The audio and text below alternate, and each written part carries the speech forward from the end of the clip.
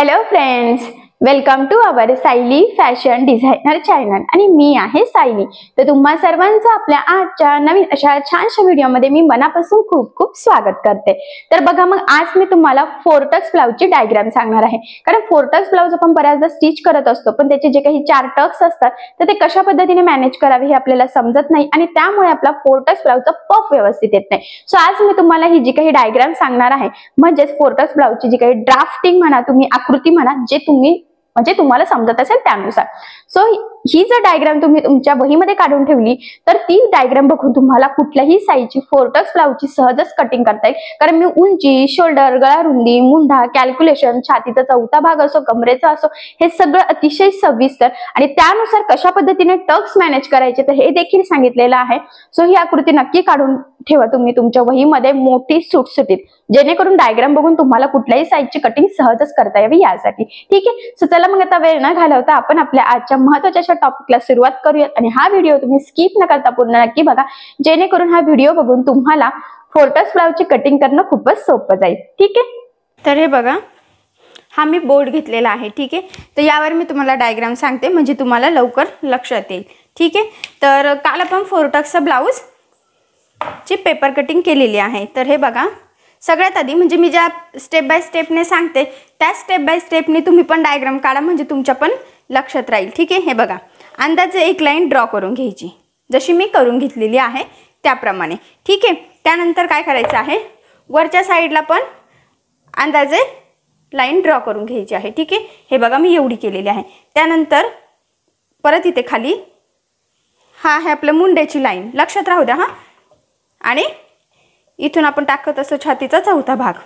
ठीक आहे, तर ही लाईन खाली पण ड्रॉ करून घेऊयात आपण, आणि हे बघा हे जॉईन करून घेणार आहोत। ठीक आहे, आता लक्षात आलं का तुमच्या? सगळ्यात आधी तुम्ही पण काय करायचं, ही लाईन ड्रॉ करायची, त्यानंतर इकडची लाईन, त्यानंतर ही मुंड्याची, ही आणि हे जॉईन करायचं। सगळ्यात आधी एवढं काढून घ्यायचं आहे। ठीक आहे, आता त्यानंतर काय करायचं बघा, हा काय करायचं, इथून इथेपर्यंत काय टाकलेलं आहे आपण, उंची। ठीक आहे, तर हे बघा तिथे लिहून ठेवायचं तुम्ही इथपर्यंत, हा काय टाकलेलं आहे, उंची। आपली ब्लाउजची जी उंची आहे ती, आणि त्यामध्ये किती ऍड केलेलं आहे, 1। ठीक आहे, उंची अधिक 1 हे आपली। ठीक आहे, त्यानंतर काय करायचं आहे, आता इथून आपण अडीचचा गळा रुंदी घेत असतो, हे बघा इथून। ठीक आहे, तर मी हे बघा ह्या पद्धतीने हे ड्रॉ करते आहे। ठीक आहे, हा आपला गळा आहे आणि इथून पण आपण त्याला गोल शेप देऊन घेणार आहोत। ठीक आहे, तर हा काय झाला, आपला गळा झालेला आहे। आता इथून इथपर्यंत किती इंच घेतला आहे आपण, 2.5 इंचाची। ठीक आहे, काय घेतलेला आहे पण, गळा रुंदी। तर हे बघा इथे लिहून घ्यायचं आहे, गळा रुंदी ही, हा हे बघा या पद्धतीने मार्किंग करायची आहे। त्यानंतर इथून घेतलेला आहे आपण शोल्डर। तर शोल्डर किती घेतलेला आहे बरं,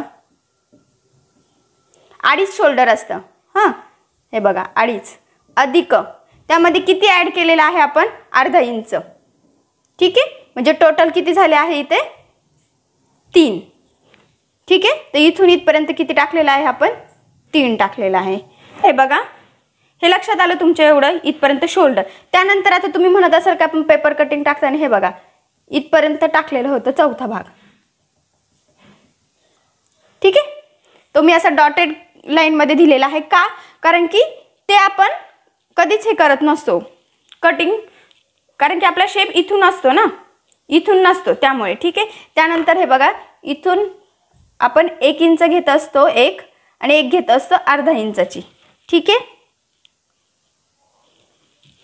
तर हे बघा मी इथे लिहिते 1 आणि इथे लिहिते 1/2। ठीक आहे, त्यानंतर हा मुंड्याचा शेप पण आपण देऊन घेऊयात।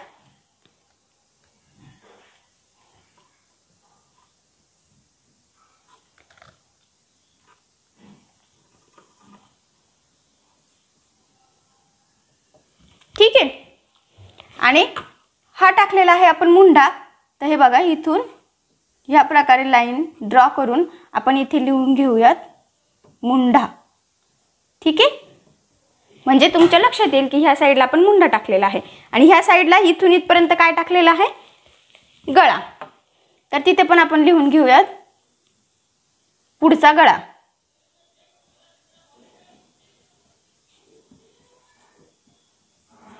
ठीक आहे, आता हे झालं आपलं कॉमन. ठीक आहे, लक्षात आलं तुमच्या. त्यानंतर आपण काय टाकलं आहे, याला इथून इथपर्यंत छातीचा चौथा भाग. पण तुम्ही कन्फ्यूज व्हाल त्यामुळे मी काय करते, आता खालच्या साईडला तुम्हाला दाखवून देते म्हणजे तुम्ही लक्षात राहू द्या. कारण की एकाच ठिकाणी खूप काय काय लिहिलं की तुमच्या पण लक्षात येणार नाही. हे बघा काय टाकलं आहे, छातीचा चौथा भाग. छातीचा चौथा भाग प्लस त्यात किती आपण ऍड केले आहे, 2 इंच. ठीक आहे, म्हणजे हे इथून इथपर्यंत तेच आपण इथे पण मार्किंग केलेली आहे, एवढं लक्षात राहू द्या फक्त. ठीक आहे, त्यानंतर आपण आता काढलेली आहे क्रॉस पट्टी म्हणजेच योगपट्टी.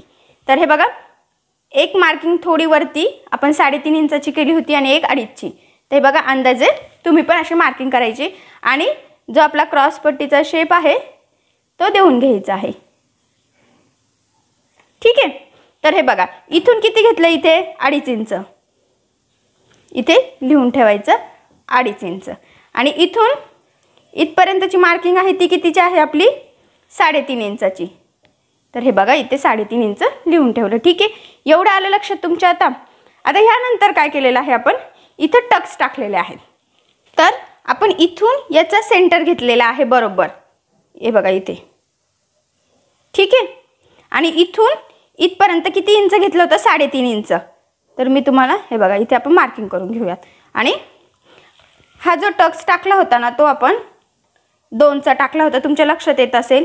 इकडचा पण आपण 2चा टाकलेला होता. ठीक आहे, त्यानंतर इथून 1 इंच वरती घेतलं होतं, हे बघा इथे 1 लिहून ठेवूयात. ठीक आहे, त्यानंतर हे बघा इथे 1 पॉईंट आणि आपला इथे 1 पॉईंट देऊयात, म्हणजे हा टक्स इथून येणार आहेत आपला. ठीक आहे, आणि हे बघा हा डॉट आहे तो इथे आहे. ठीक आहे, एवढं आलं लक्षात तुमच्या. हे 4 टक्स टाकून घेतलेले आहे. आता इथून अर्धा इंचाचं मार्जिन ठेवलं होतं बघा आपण, मी सांगितलं होतं तुम्हाला. ठीक आहे, आणि ते कसं, हे बघा मी डॉट डॉट डॉट डॉट देऊन टाकते. ठीक आहे, हे झालं.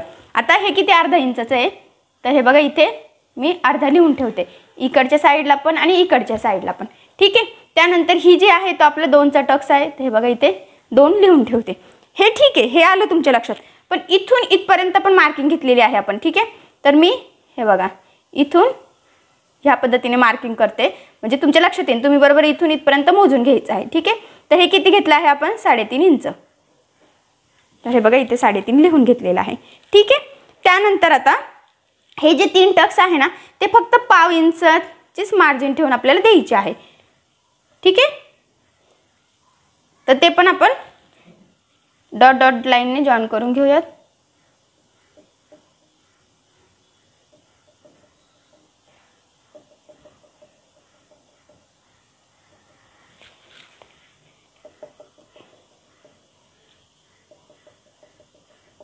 ठीक आहे, आता हे झाले आपले 4 टक्स. तर तुम्ही म्हणाल इथून किती टाकला, इथून किती टाकला, इथून किती टाकला, ते पण सांगते तुम्हाला. फक्त एवढं लक्षात राहू द्या की हा जो आहे ना याचा सेंटर घेऊन आपण हा पॉईंट इथे मार्किंग करून टाकलेला आहे. ठीक आहे, तर हा 2 इंचाचा आहे, हा पण 2 इंचाचाच आहे.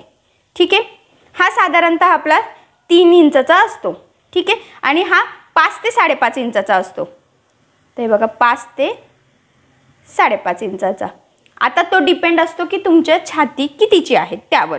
ठीक आहे, तर मी नंतर एखादं मोठं माप तुम्हाला सांगेल म्हणजे तुमच्या ते लक्षात येईल. ठीक आहे, 1-2 मापाची आपण नुसती पेपर कटिंग घेऊयात म्हणजे तुम्ही कन्फ्यूज होणार नाही. पण एवढं लक्षात राहू द्या. ठीक आहे, तर ही डायग्राम तुमच्या लक्षात आली का. आता काय करायचं माहिती का, तुम्ही यासाठी ना अशी वही वापरायची की बघा तुम्ही स्कूलमध्ये असताना वगैरे तुम्हाला असेल कार्यानुभव विषय, तर त्या विषयाची वही कशी असायची बघा, एका पानावर लाईन मारलेले असतात आणि एका पान कोरं असतं. तर अशी वही शक्यतो शिवण क्लाससाठी वापरायची आहे. मग त्यामुळे काय होतं की जे पेज कोरं आहे त्यावर आपण व्यवस्थित डायग्राम काढू शकतो आणि ज्या पेजवर लाईन मारलेला आहे तिथे काय असेल ते पॉईंट्स आपण लिहू शकतो. आलं का लक्षात तुमच्या. अशीच वही शक्यतो प्रेफर करा, कारण की जर का तुम्ही लाईन मारलेल्या वही वापरली आणि त्यावर जर ही डायग्राम काढली तर काय होईल, तुम्हाला काहीच समजणार नाही. ठीक आहे. आणि थोडी मोठी पण वापरायची आहे, म्हणजे तुमची डायग्राम मोठी येईल आणि हे जे तुम्ही काही लिहिलेलं आहे ना ते तुम्हाला नंतर लक्षात येईल. ठीक आहे. म्हणजे तुम्हाला आठवलं पाहिजे कुठून काय घेतलेलं होतं आपण. नाहीतर काय, आता तुम्ही माझं बघून आकृती काढाल पण नंतर तुम्हाला ते आठवणारच नाही. तर असं होऊ नये यासाठी ही आकृती मोठी काढायची आहे, एकदम सुटसुटीत काढायची आहे, की त्यावर हे सगळे मापे आपण जे लिहिलेली आहेत ती पुरली पाहिजे, ती पण एकदम स्पष्ट, म्हणजे तुम्हाला समजेल ॲटलिस्ट तेवढं तरी. दुसऱ्याला कळो अगर ना कळो पण तुम्हाला नक्की समजलं पाहिजे ते. ठीक आहे. तर आलं लक्षात. ही झालेला आहे आता आपला पुढचा भाग. आणि तुम्हाला माहिती आहे हाच मुंडा कट केल्यानंतर जो असतो तो आपला असतो बॅक साईडचा पार्ट. ठीक आहे. तर हे पण लक्षात राहू द्या, हा पुढचा मुंडा आहे, हा मागचा मुंडा आहे. तर ते पण लिहून घेऊयात आपण, म्हणजे तुम्ही कन्फ्यूज व्हायला नको. हे बघा इथे मार्किंग करते मी, बाहेर लिहिते. हा आहे पुढचा मुंडा आणि हा आहे आपला मागचा मुंडा.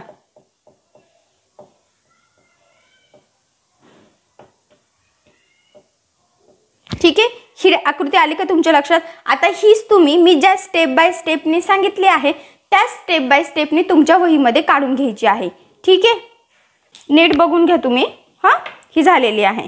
2 मिनिटं मी थांबते, वाटलंच तर तुम्ही नीट बघून घेऊ शकतात. म्हणजे मी हे रफ करून तुम्हाला पुढची डायग्राम सांगते. ठीक आहे. तर ही तुमची एक कॉमन डायग्राम झालेली आहे. ओके. तर आता मी हे रफ करते, सगळं लक्षात राहू द्या.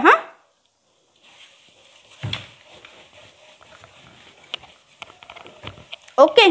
आता यानंतर मी तुम्हाला मागचा पार्ट पण सांगते, तो पण तुम्ही ड्रॉ करून ठेवा. तो कशासाठी, की मागच्या गळ्यासाठी, तो तुमच्या लक्षात आला पाहिजे ना त्यासाठी. ठीक आहे. ती मी आता जी डायग्राम सांगितली ती होती आपली पेपर कटिंगला आपण कशा मार्किंग करतो त्यासाठी. ठीक आहे. तर हे बघा सेम त्याच पद्धतीने लाईन मारायची आहे, इकडनं पण मारायची आहे. इथून बरोबर परत थोडा मुंड्याचा आकार देत आपल्याला ती खाली घ्यायची आहे. इकडनं इकडे आपला छातीचा चौथा भाग आणि ही परत खाली काढून घ्यायची आहे. ठीक आहे. आणि हा पॉईंट आणि हा पॉईंट आपण जॉईन करणार आहोत. ओके. एवढं आलंच असेल लक्षात. आता आपण पेपर कटिंग केल्यानंतर हा पार्ट आपला सेपरेट होतो. तर यावर आपण मागचा गळा कसा कट करणार. अजून एक राहिलं, इथून आपण बघा मुंडा टाकलेला असतो. ठीक आहे. तर तो मुंडा पण असतो आपण ज्या वेळेस पेपर कटिंग करतो त्यावेळेस. ठीक आहे.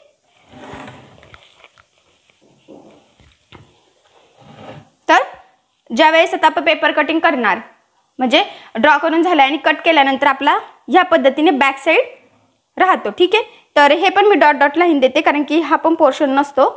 ठीक आहे. हे बघा ही तुम्ही डॉट डॉट लाईनच काढून घ्यायची आहे, कारण कट केल्यानंतर हे बघा इथून हा जो मुंडा आहे ना तिथून आपला पेपर असतो. ठीक आहे. तर आता मी इथे परत तुम्हाला सांगत नाही की उंची टाकली, चौथा भाग टाकली, किंवा जाऊ दे सांगून देते, म्हणजे परत तुम्ही कन्फ्यूज व्हायला नको. इथे आहे आपली उंची आणि अधिक 1 मार्जिनसाठी ॲड करत असतो. ठीक आहे. आता इथून टाकलेला आहे आपण गळा रुंदी आणि इथपर्यंत गळा रुंदी आणि इथून इकडे आहे आपला शोल्डर. ठीक आहे. यात मी ह्या पद्धतीने सांगते म्हणजे दोन्ही पण डायग्राम बघून तुमच्या लक्षात येईल. आणि इथे पण टाकून घेऊयात आपण छातीचा चौथा भाग.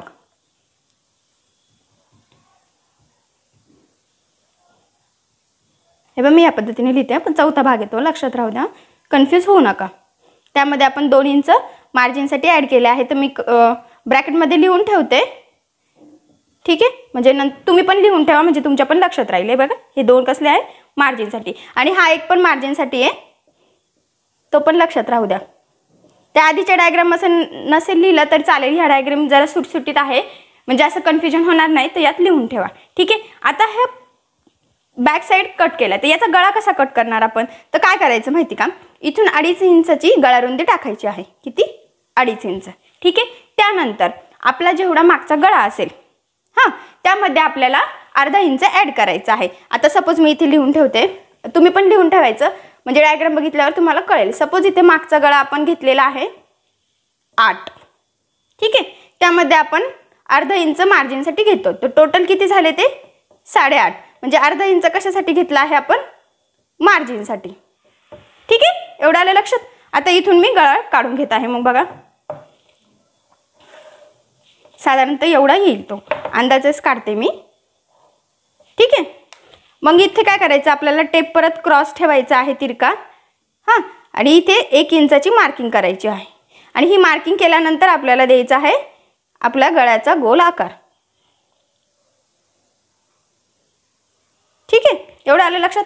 तर हे तुम्ही ड्रॉ करून घ्यायचं आहे. तर हे बघा मी इथे लिहून ठेवते. इथून आपण टाकलेला आहे मागचा गळा.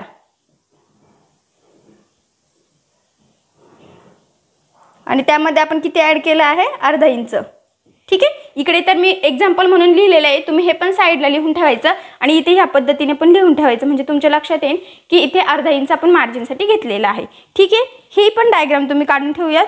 तर इथे मी मागचा भाग असं लिहून ठेवते आणि तो तुम्ही आधीचा जो सांगितला तिथे तुम्ही पेपर कटिंग असं नाव टाकून ठेवा. ठीक आहे, आणि इथे वरती मागचा भाग असं टायटल देऊन ठेवा.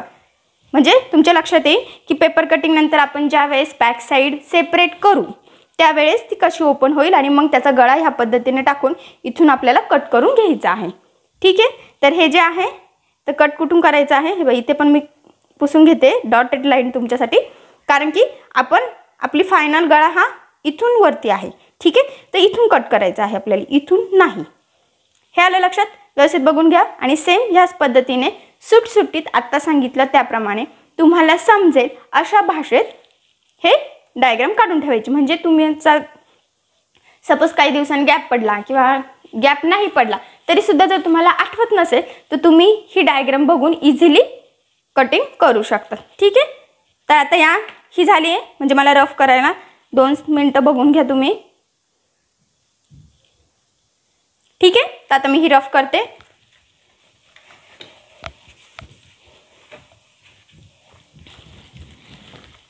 आता यानंतर मी तुम्हाला सांगते स्लीव्ज.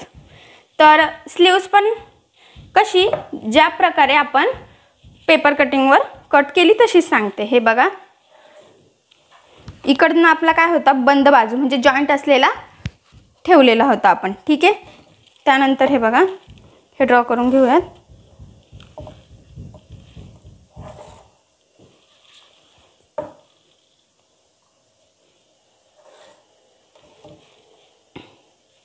तर इकडनं आहे आपली बंद बाजू. तर हे मी जरा लांबच लिहून ठेवते आहे. म्हणजे जॉईंट पेपर बंद बाजू ब्रॅकेटमध्ये लिहून ठेवते जॉईंट पेपर.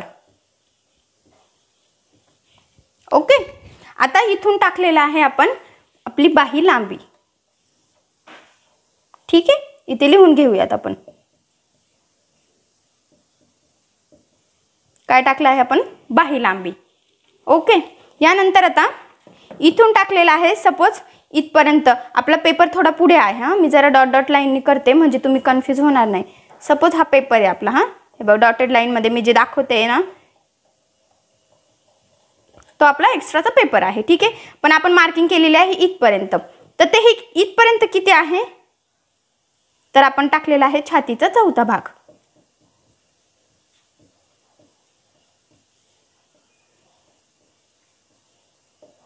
Without margin. हां, यात मार्जिन ॲड करायची नाही. मी लिहिलेलं आहे का इथे? नाही. तसं आधीच्या डायग्राममध्ये कसं तुम्हाला सांगितलेलं आहे की 2 इंच मार्जिन आहे, 1 इंच मार्जिन आहे. इथे काहीच नाही. म्हणजे आपल्याला डायरेक्ट जेवढी छाती असेल त्याचा 4था भाग टाकायचा आहे. ठीक आहे, आणि बाही लांबी इथे टाकलेली आहे पण त्यात आपण मार्जिन घेणार असतो. तर मी इथे तुम्हाला सांगते की मी काल पेपर कटिंग सांगितली तुम्हाला, तर ती अस्तरच्या ब्लाऊजची नव्हती, ती बिना अस्तरच्या ब्लाऊजची होती. तर मग आपण बिना अस्तरच्या ब्लाऊजमध्ये 1.5 ॲड करत असतो. ठीक आहे, इथे लिहून ठेवूयात मार्जिन हे. ओके, आता यानंतर काय करत असतो? बघा इथून आपण 2.5 इंच खाली घेतलं होतं, आठवतंय ना तुम्हाला? हे बघा इथून किती? 2.5 इंच. ओके, यानंतर आपण 3 मार्किंग केली होती. एक मार्किंग इथे हे बघा 1 इंचाची, त्यानंतर इथून एक आतल्या साईडला 1 इंचाची आणि इथून खालच्या साईडला 1 इंचाची. ठीक आहे, आता आपण हा पॉईंट आणि हा पॉईंट जॉईन करून घेतला होता. सेम त्याच पद्धतीने जॉईन करायचा आहे. आणि हा पॉईंट पण जॉईन केलेला होता, इथे पण सेम त्याच पद्धतीने जॉईन करून घ्यायचं आहे. ठीक आहे. आता हे झाल्यानंतर आपण काय केलं होतं की इथून इथपर्यंतचा पॉईंट जो आहे त्याचा सेंटर घेतला होता. ठीक आहे.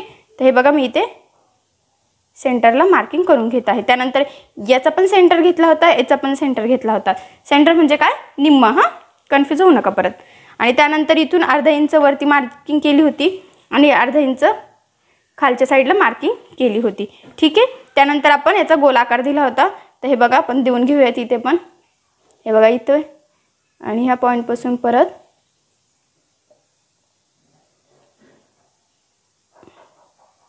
ठीक आहे. तर हे काय आहे, हे बघा इथून सपोज इथपर्यंत, हां इथपर्यंतचं काय घेतला आहे आपण, हा पॉईंट जो आहे तो सेंटर इथे मी लिहून ठेवते, याचा सेंटर आहे. आणि हा जो इथून घेतलेला आहे म्हणजे हा पॉईंट तो पण आहे सेंटर. पर कुठून, हे बघा इथून मार्किंग केलेली आहे ना तिथपर्यंतचं, म्हणजे याचा सेंटर हा, हे बघा मी इथे ॲरो केलेला आहे आणि याचा सेंटर हा इथे ॲरो केलेला आहे, एवढ्या जागेचा. ठीक आहे. यात कन्फ्यूज होऊ नका प्लीज. त्यानंतर हे बघा इथे मी डॉटेड लाईन देते आणि आपण इथे घेतलेला आहे अर्धा इंच. ठीक आहे. तर हा पण ॲरो मी इथे नेते, इथे पण घेतलेला आहे आपण अर्धा इंच. हे आलं लक्षात तुमच्या आता. तर हे बघा ही बाहीचं पण झालेलं आहे, नीट लक्षात द्या.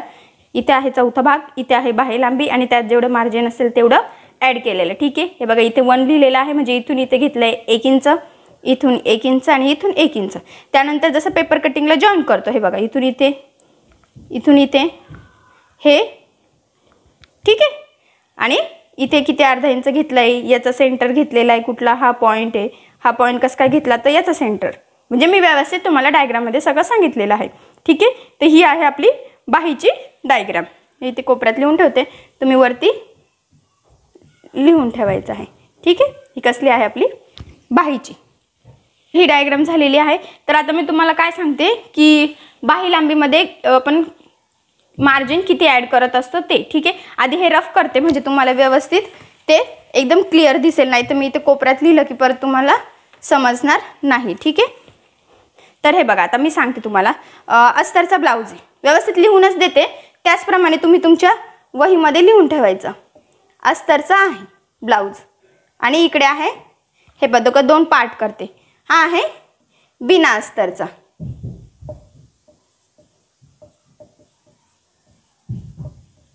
ठीक आहे. आता इथे काय करणार आपण, फॉर एक्झाम्पल बाही लांबी आहे 4, हे एक्झाम्पल आहे. हां, तर अस्तरचा आहे, मग त्यात आपण फक्त किती अर्धा इंच ॲड करणार आहोत, कशासाठी, मार्जिनसाठी. ठीक आहे. तर इथे टोटल किती झाले मग 4.5.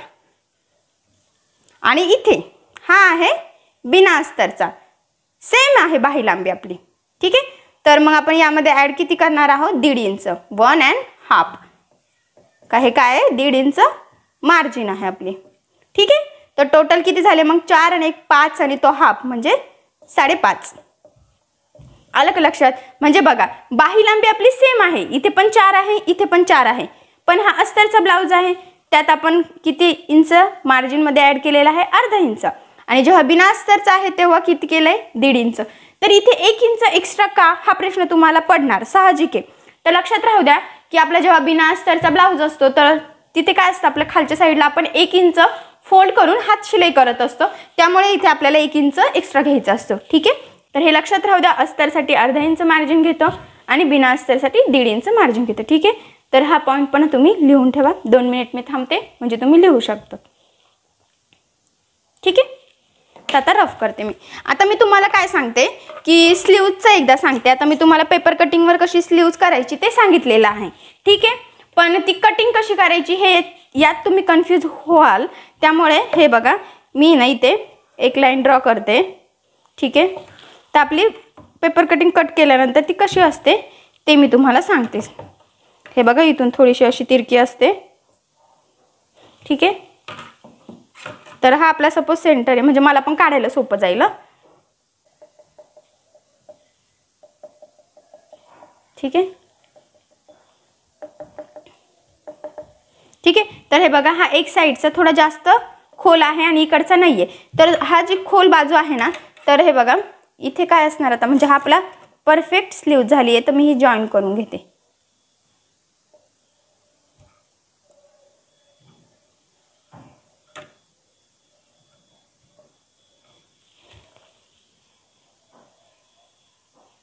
ठीक आहे.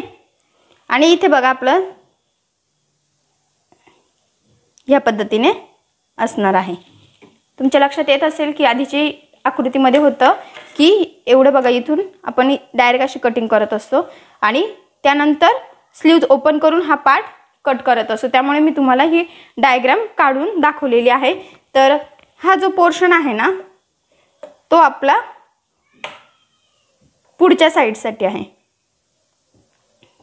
तर पुढची बाजू असं लिहून ठेवूयात लावताना. ठीक आहे. आणि ही जी आहे ना, ती आहे आपली मागची बाजू. ठीक आहे. तर एवढं लक्षात राहू द्या की ओपन केल्यानंतर हा पोर्शन कट करायचा आहे. ठीक आहे. तर हे पण झालेलं आहे. तर ही पण डायग्राम तुम्ही काढून ठेवा. ठीक आहे. तर बघा, मी तुम्हाला आज स्लीवच्या पण 2 प्रकारच्या डायग्राम सांगितलेल्या आहे आणि पुढची बाजू आणि मागची बाजू याच्या पण डायग्राम सांगितलेल्या आहे. ठीक आहे. तर या आकृत्या मी ह्यासाठी सांगितलेल्या आहे की त्या बघून तुम्हाला कधी पण सगळं आठवलं पाहिजे कशी कटिंग करायची, बाय चान्स तुम्ही कधी विसरले तर. ठीक आहे. तर ह्या आकृत्या मी तुम्हाला अतिशय सावकाश स्टेप बाय स्टेप आणि अगदी तुमच्या समोर ड्रॉ केलेले आहे. असं पण नाहीये की मी आधीच काढून ठेवलं आणि तुम्हाला फक्त सांगितलेलं आहे. नाही, तुमच्या समोर ड्रॉ केलेले आहेत. तर तुमच्या समोर ड्रॉ करण्याचं कारण हे आहे की तुम्हाला कशा नोटबुकमध्ये काढायच्या त्या कळलं पाहिजे. ज्या स्टेप बाय स्टेपने मी काढलेलं आहे सेम त्याच स्टेप बाय स्टेपने तुम्ही काढून घ्यायचे आहे. आणि जी काही टिप्स सांगितल्या एकदम त्या पण नोट करून ठेवा तुमच्या वहीमध्ये. ठीक आहे.